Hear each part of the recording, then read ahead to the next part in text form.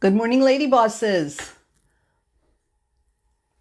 I'm going to wait just a minute because some of you are just so structured and organized that I know you probably have your timer set for 10 o'clock. And as soon as it's 10 o'clock, you're on. Yes, see that? Somebody's here already. That's awesome. So good morning. Really excited to talk to you today about how we all need to stop comparing. That is such a tough one. I think it's tough in a different way for women than it is for men. Men are always competing, but they compete, they win or they lose, they move on. Women, it can just be something that can totally destroy us. Good morning, Darlene. Yeah, excited to talk to you about this today. Who else is on? Somebody else is here too. Darlene is watching and says wave. Gonna wave to Darlene. Okay, so let's keep moving. Yes, good morning. So let's keep moving. We're going to talk about how we really need to stop comparing. And listen, here's something we often do that I'm not sure we even think about because I don't know, women are just so prone to always doing this that I don't think we really take time to think about it. But think about how often you compare your weaknesses. Hey, Beverly, how often are you comparing your weaknesses to somebody else's strengths? Think about that. It's to go a million different ways. Like, am I going to be, comparing myself and feeling like a loser when I'm comparing myself to a doctor because I can't do open heart surgery? I mean, that sounds silly, right? But, bring that down to more realistic things. Maybe I'll tell you what I'm good at. I am really good at organizing. You can come into my house and I'm not afraid for you to open any drawer or any cabinet because I'm kind of, maybe I shouldn't be proud to say this, but it's almost like sleeping with the enemy kind of organization where, the cans are all the right way in alphabetical order. Not quite that bad, but my organization level is almost that defined. And so if you're somebody who lives in constant clutter, you might come into my house and feel like a total loser because I'm so good at organization. But you might be really good at something else. Maybe you're really good at ciao, Bella. Hey, bunny. I can't compare myself to a hairstylist or a makeup artist and feel like a loser because I can barely do a messy bun and barely do anything. I have no idea how to do makeup. I mean, you're lucky you're getting lipstick. I'm not good at that. But am I going to look at some beautiful woman who professionally does hair, professionally does makeup, and feel like a loser because I can't do that? So this is something huge that you have to think about. Don't compare so unequally. I mean, we don't want to compare at all, but how often are you comparing, again, your weakness to somebody else's strength?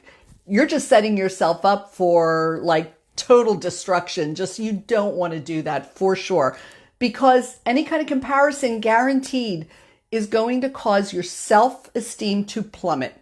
It's going to cause you to be unhappy. It can totally cripple you and get in the way of any forward movement anywhere in your life because you can be crippled by comparing too much. Okay. And listen, we all do it and we all do it probably pretty often. So want to talk about it and maybe try and figure out some ways to do it less and to just be more productive in life. So obviously first you have to have some major focus and take some quiet time. If this just doesn't come naturally to you, find a quiet place and focus on who you are and what you have. I don't have to tell you, we've heard it all our lives, but I don't think we believe it. I don't think we truly believe deep in our gut how unique we are. There is no other Angela Nace in the world. And she's probably chuckling and saying, well, thank goodness. But it's not. We love you, Angela. We would love a million of you. But seriously, you have gifts, you have talents, you have a personality.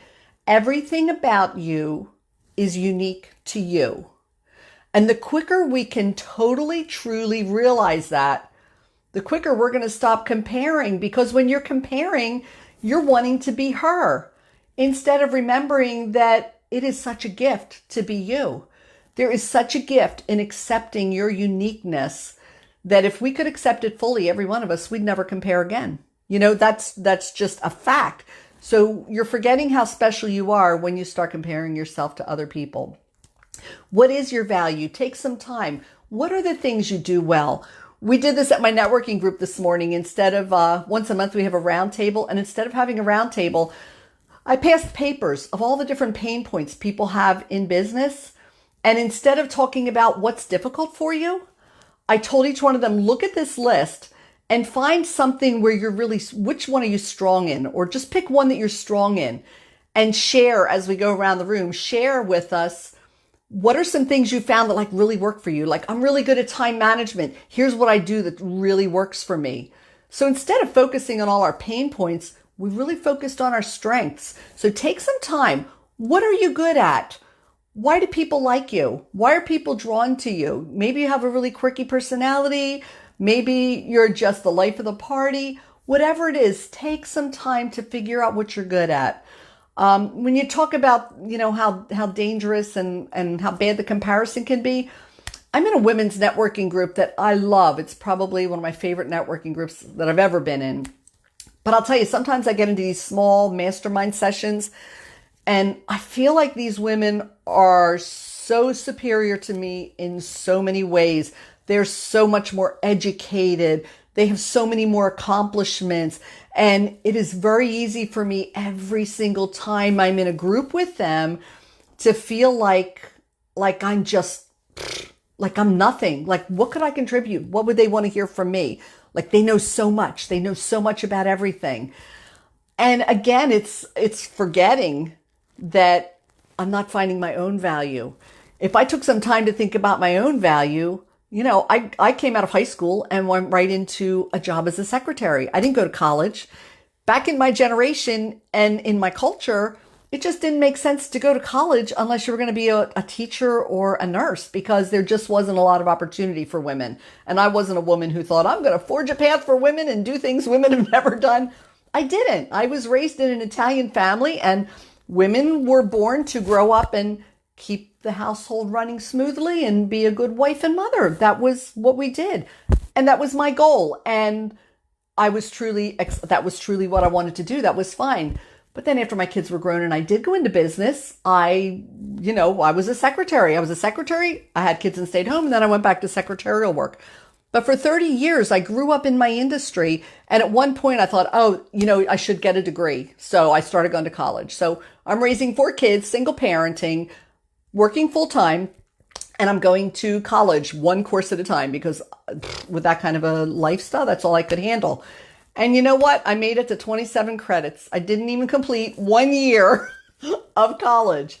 But you know what? When I left corporate America, I was the vice president of a brand new specialty chemical manufacturing company working for a refinery in Philadelphia.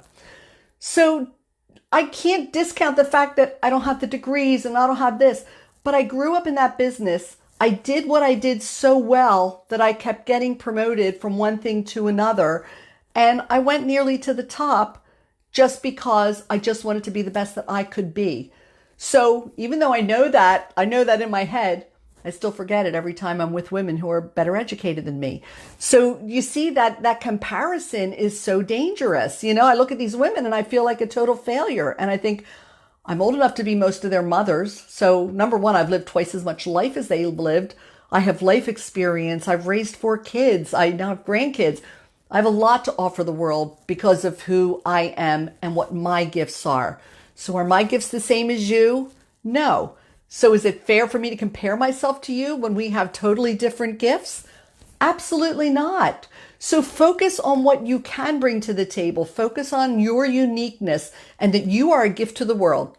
You are totally a gift to the world, and you can't fully give yourself to the world and have an impact on the world if you're not just being you. So that's really, really, really important.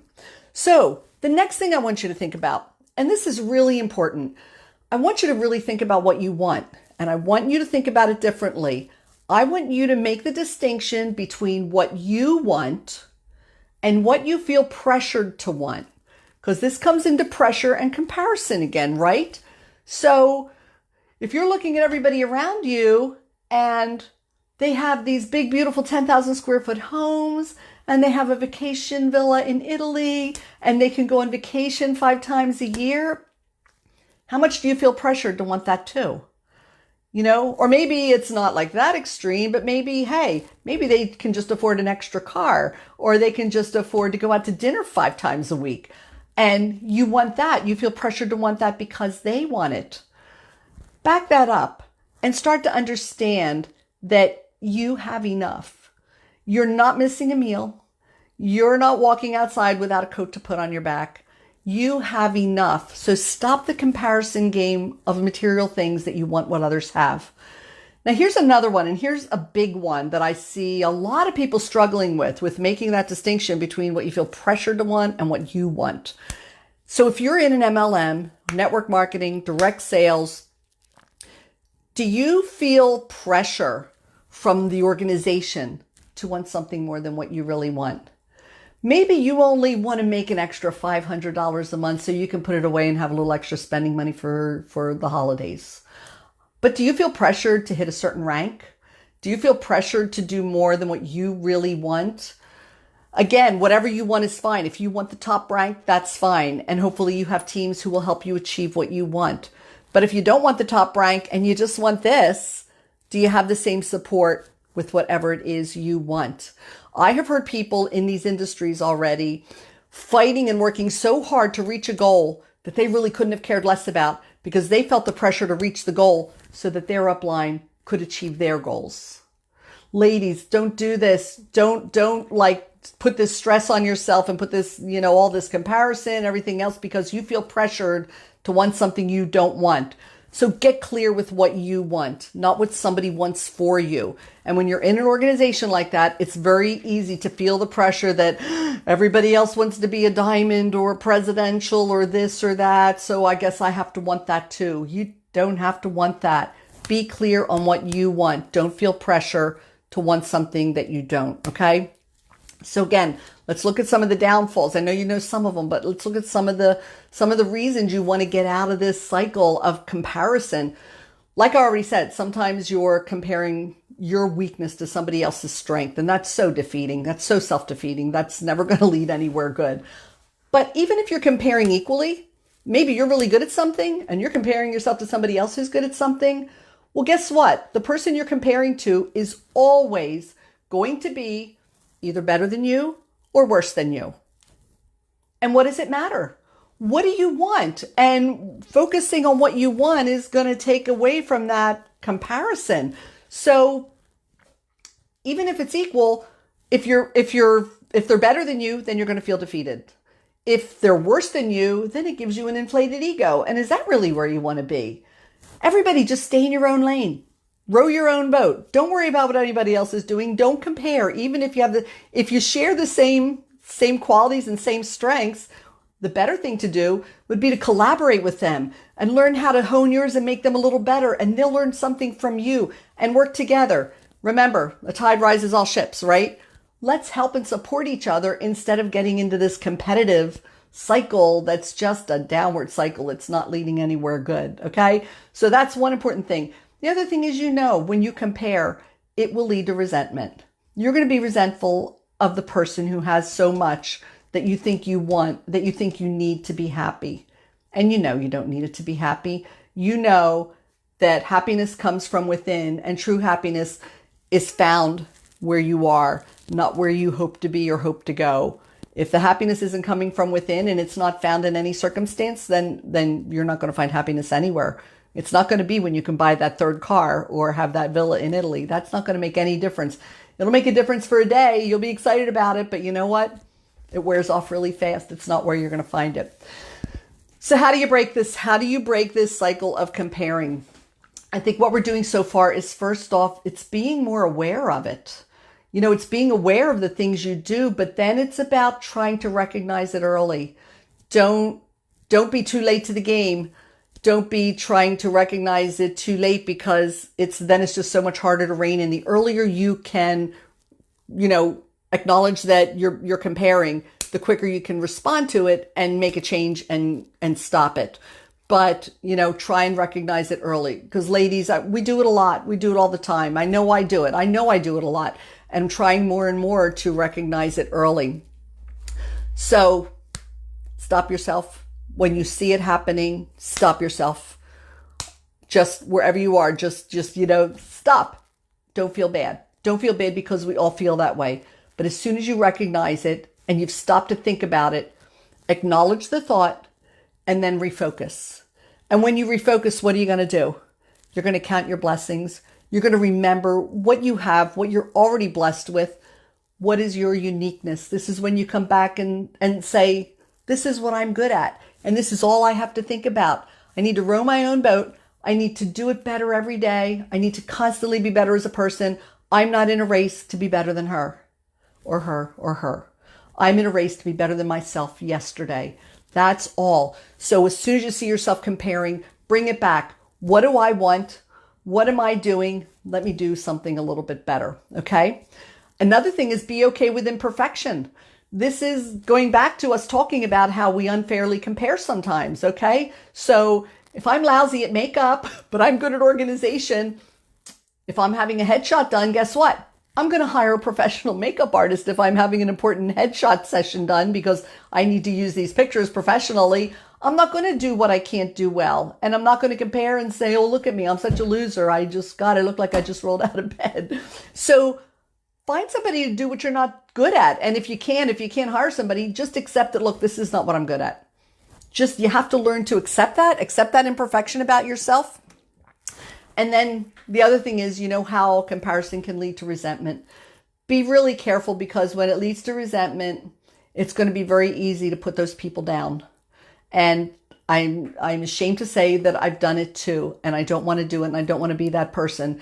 But it's very easy to put those people down that have achieved so much, and you're coming from a place of jealousy because you're comparing. And why should they have it and I don't have it? They have it because they're them and you're you. And you know what? Sometimes they have it and you don't because they're actually working it. And you're sitting back waiting for it to drop in your lap. Whatever the situation is, the comparison has to stop. Look at yourself. What do I want? And am I doing what I need to do to get there? I'll never be her. I'll never be him. I will never be them. I might have more. I might have less. What does any of that matter?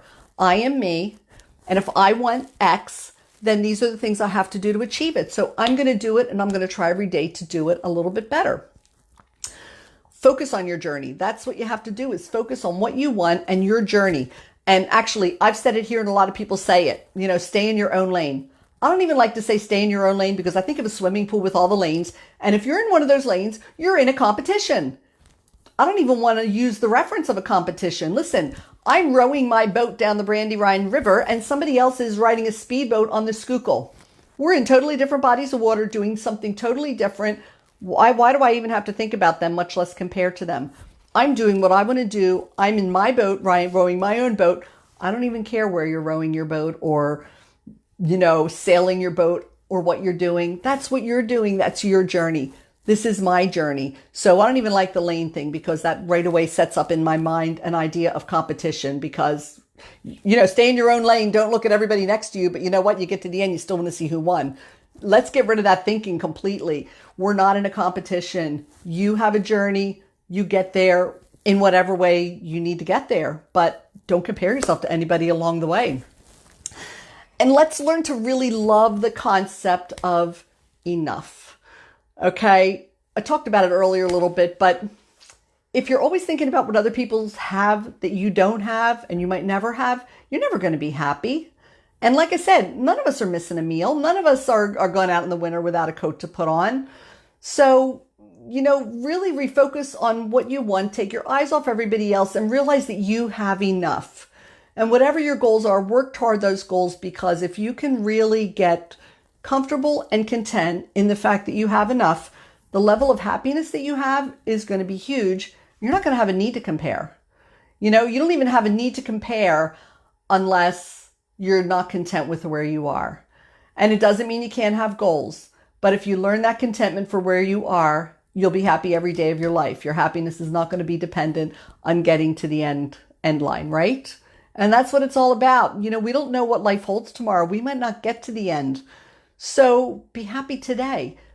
Like I said, embrace the idea of the fact that we have enough and we can be happy in what we have.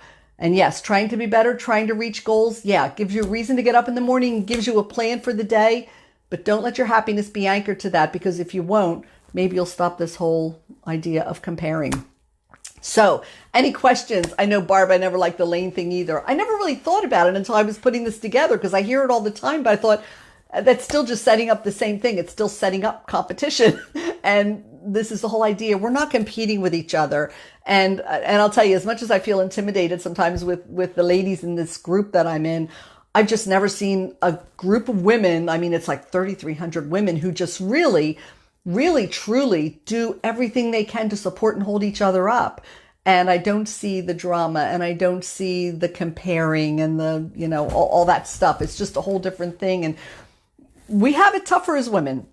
I totally believe it's tougher because I think we feel like we have to do it all. And so then it's just really hard. It's really hard to do all that. And it makes it very easy to look at someone else who's not quite so busy or who just seems to have it all together. And you know what? They don't. You think they have it all together. They have their stuff, and you don't know what they're going through, and they don't know what you're going through. So eyes off them, eyes on you. And that's where you need to be. That's where you're going to find happiness. And just try and catch yourself quick. When you get into comparison, catch yourself quick. I am not her, but she's not me. I am me, and I'm going to do everything I can with this to have the biggest impact I can on the world. Okay, Darlene, so happy you're all here. Anybody have any questions or anything else they want to add? Boy, we're right on a little more than 20 minutes today. So happy to have you ladies all here. And if any of you are my private Facebook friends, I just did my warning on my Facebook page, but I do post a scary clown every day for the month of October. So if we're personal friends and clowns are not your thing, you might want to hide me for the month. Bonnie needs to clean up and work. Okay, Bonnie. Well, ladies, have a great day. It was so great starting the day with you. Have a great one. And we will see you again next week. Have a good one. Bye.